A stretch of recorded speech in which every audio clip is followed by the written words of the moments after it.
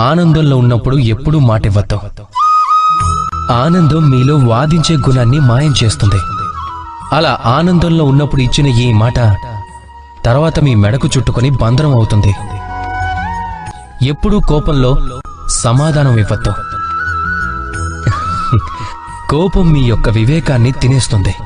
భవిష్యత్తు గురించి ఆలోచనని నాశనం చేస్తుంది. కేవలం కొద్ది నిమిషాల పాటు కలిగే ఈ కోపంలో, ఆ కోపంలో ఇచ్చే సమాధానం తరువాత జీవితం మొత్తానికి ప్రశ్నగా మిగిలిపోతుంది. దుఃఖంలో ఉండగా ఎప్పుడూ ఏ నిర్ణయం తీసుకోవద్దు. దుఃఖం మీ యొక్క ఆలోచన శక్తి, అర్థం చేసుకునే శక్తిని నశింపచేస్తుంది. అలా దుఃఖంలో మీ మనసు తీసుకునే నిర్ణయం ఎప్పుడూ దుఃఖాన్నే మిగులుస్తుంది. సరిగ్గా చెప్పాలంటే మాట, సమాధానం, నిర్ణయం ఎప్పుడైనా సరే జీవితంలో ఆలోచించి ఇవ్వాలి, అలాగే తీసుకోవాలి.